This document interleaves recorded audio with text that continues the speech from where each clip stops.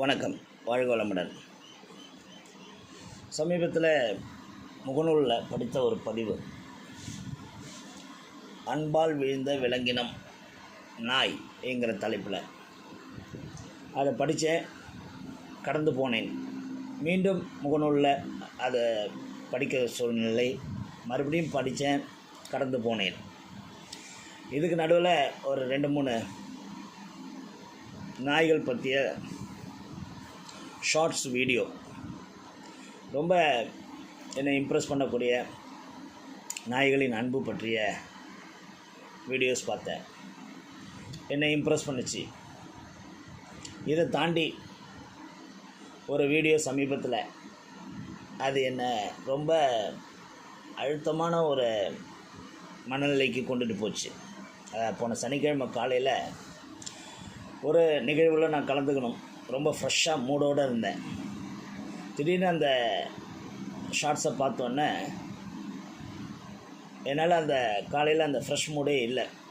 ஏதோ ஒரு பெரிய மன அழுத்தம். அப்படி ஒரு ஷார்ட்ஸ், அந்த ஷார்ட்ஸும் உங்களுக்கும் எப்பயாவது கிடைக்கிறதுக்கு வாய்ப்பு உண்டு, பாருங்கள். அப்போ கொஞ்சம் கவனித்து பாருங்கள். ஒரு நாய் குட்டி போட்டிருக்குது.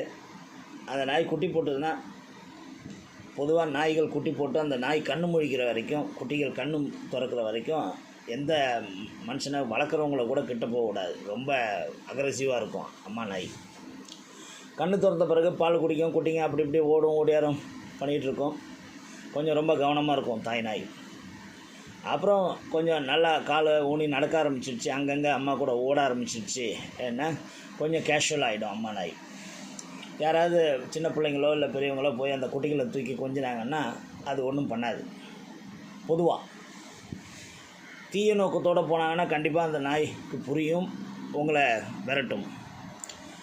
இந்த ஷார்ட்ஸில் இருந்தது என்ன சீன்னா, அந்த மாதிரி ஒரு வளர்ந்த குட்டி, பால் குடிச்சிட்டு இருக்கிற ஒரு குட்டியை அந்த அம்மா நாய்கிட்டேருந்து பிரித்து ஒரு பெண்மணி எடுத்துகிட்டு போகிறாங்க வீட்டில் போய் வளர்க்குறதுக்கு.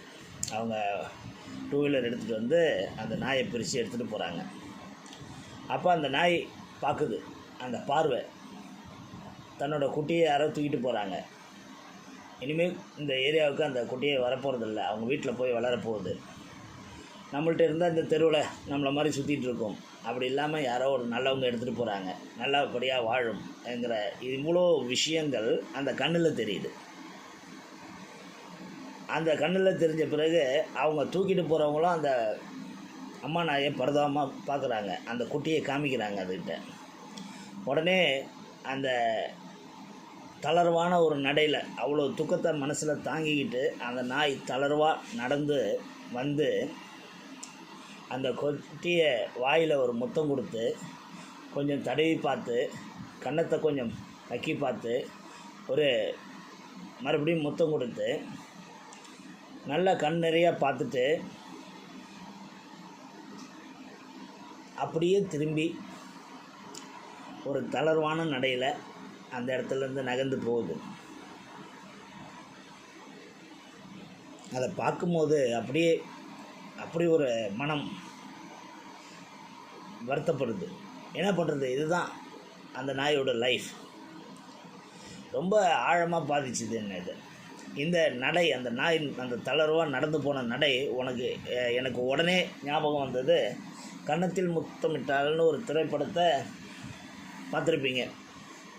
பார்க்கலன்னா இந்த 2K கிட்ஸ்லாம் கொஞ்சம் அந்த படத்தை தேடி பிடிச்சி பாருங்கள். கன்னத்தில் முத்தமிட்டால்னு மாதவனும் சிம்ரனும் நடித்த ஒரு படம், மணிரத்னத்தோட டைரக்ஷன், ஒரு அருமையான படம். அதில் நந்திதா தாஸ் ஒரு கெஸ்ட் ரோல் பண்ணியிருப்பாங்க, ஒரு குழந்தையோட அம்மாவாக நடிச்சிருப்பாங்க. அந்த படமே அந்த குழந்தை வந்து அவங்களோட ஒரிஜினல் அம்மா எங்கே இருக்கிறாங்கன்னு தேடி போகிற கதை. அந்த அம்மாவை தேடி போய் அந்த அம்மாவை கண்டுபிடிச்சிடுவாங்க. கண்டுபிடிச்ச பிறகு அந்த அம்மா வருவாங்க. அவங்க ஃபார்ச்சுனேட்லி அந்த நேரத்தில் ஒரு விடுதலை போராட்டத்தில் கலந்துக்கிட்ட ஒரு போராளியாக இருப்பாங்க. அவங்க அந்த ஜீப்பை விட்டு இறங்கி அந்த தளர்வான நடையோட, அந்த பாசத்தோட, தாய்மையோட அப்படியே வருவாங்க. வந்து அந்த பிள்ளைய பார்த்து கொஞ்சிட்டு, இனிமேல் இவங்க தான் உன்னோட அப்பா அம்மான்னு சொல்லிவிட்டு கொஞ்சம் அப்படியே தளர்வாக எழுந்திரிப்பாங்க, தளர்வாக திரும்புவாங்க, தளர்வாக நடக்க ஆரம்பிப்பாங்க. அந்த அடிகள் ஒவ்வொரு அடியும் ஒவ்வொரு பாடி லாங்குவேஜாக மாறும். ஒரு 5 அடி நடந்ததுக்கப்புறம் அவங்க சோல்ஜர்ங்கிறத அந்த நடையில் காமிப்பாங்க. எல்லாத்தையும் திறந்துட்டு அந்த போராட்டத்துக்கு போகிற வீராங்கனையாக நடப்பாங்க.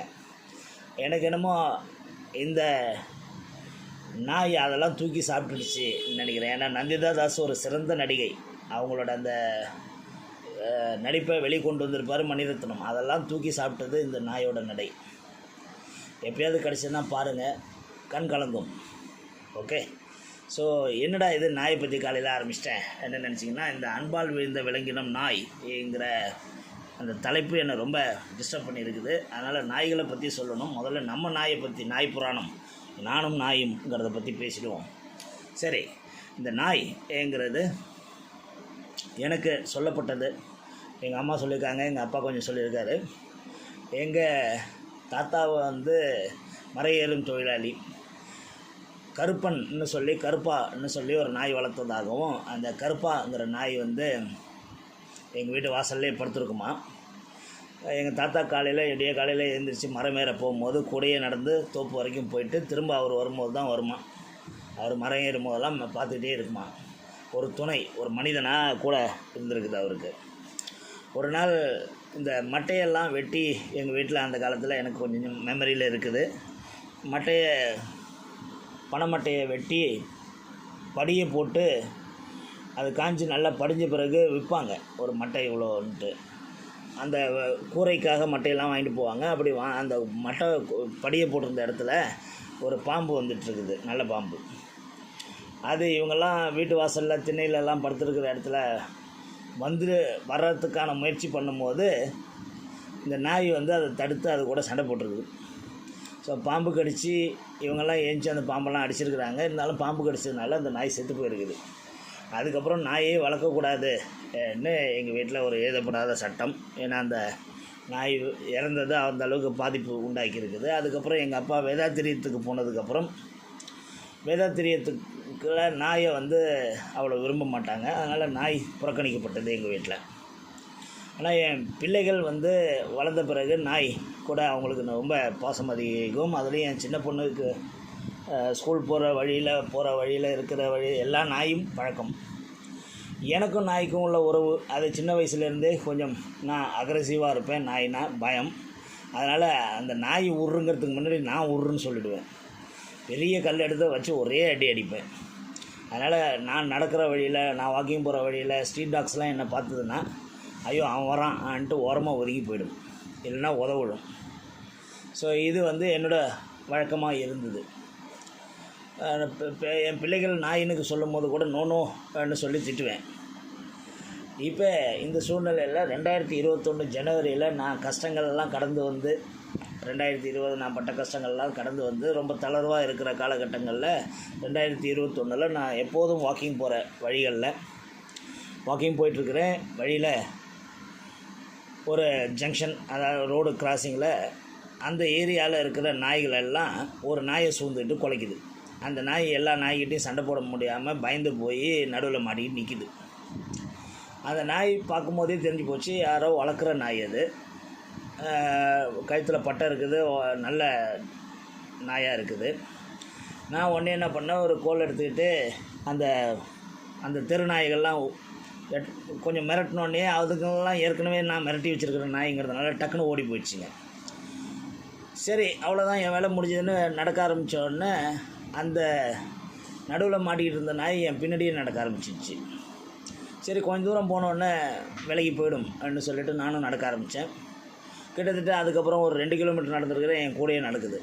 இது என்னடா இது வம்பாக போச்சு, 2 கிலோமீட்டர் கூடையே வருதுன்னு சொல்லிட்டு அந்த நான் டேர்ன் பண்ணுற இடத்துல போயிட்டு ஒரு பில்டிங்கை சுற்றி இப்படி வேகமாக திரும்பி வந்தேன். அது கொஞ்ச நேரம் நான் எங்கே போனேன்னு தெரியாமல் கன்ஃபியூஸ் ஆகிட்டு கொஞ்ச நேரம் நின்று பார்த்துட்டு என்னோடய ஸ்மெல்லை வச்சு மறுபடியும் ஓடி வந்து என் கூட ஜாயிண்ட் ஆகிடுச்சு. இப்படியே நான் மறுபடியும் ஒரு 3 கிலோமீட்டர் நடந்து எங்கள் வீட்டுக்கிட்ட வந்துட்டேன். ஒரு பெரிய டிராஃபிக் உள்ள ரோடு, வழுதாவூர் ரோடு.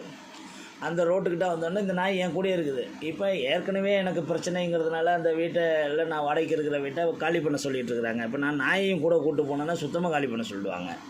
அதனால் என்ன பண்ணுறதுன்னு யோசித்து இந்த ரோட்டை வேகமாக அந்த பக்கம் கிராஸ் பண்ணிவிடுவோம், இந்த நாய் இங்கேயும் நின்றுடும் அப்படின்னு சொல்லிட்டு நான் வேகமாக அந்த டிராஃபிக் உள்ளே பூந்து அந்த பக்கம் கிராஸ் பண்ணிட்டேன்.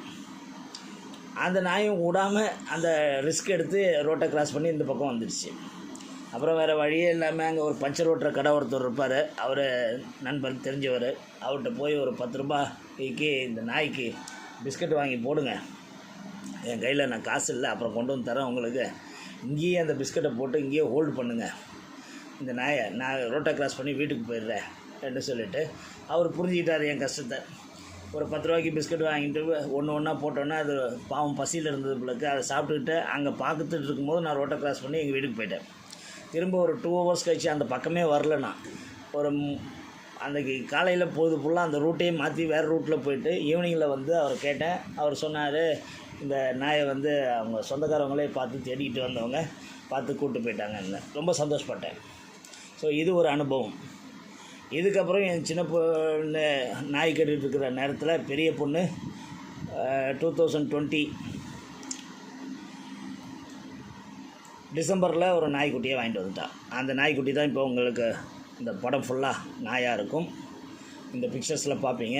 எங்கள் கூட வாழ்ந்துகிட்டு இருக்கிற ஜோபி. இப்போ ஜோபி வந்த பிறகு எவ்வளோ பெரிய மாற்றங்கள் எங்களுக்கும் நாய்க்கும், எனக்கும் நாய்க்கும். இப்போ ஜோபிக்கு ஒரு கஷ்டம்னா அது என்ன பாதிக்குது. ஜோபி எனக்கு பாய் சொல்லலைன்னா எனக்கு கொஞ்சம் அது வருத்தமாக இருக்குது.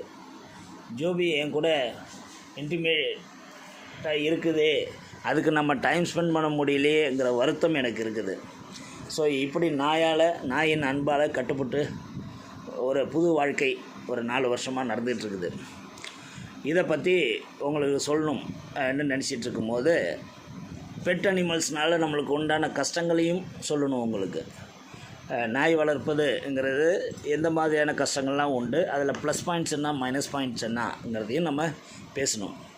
அதனால் இப்போ நாயும் நானும்ங்கிற தலைப்பில் இது பார்ட் 1, பார்ட் 2, பார்ட் 3 பார்ப்போம். வாழ்க வளமுடன்.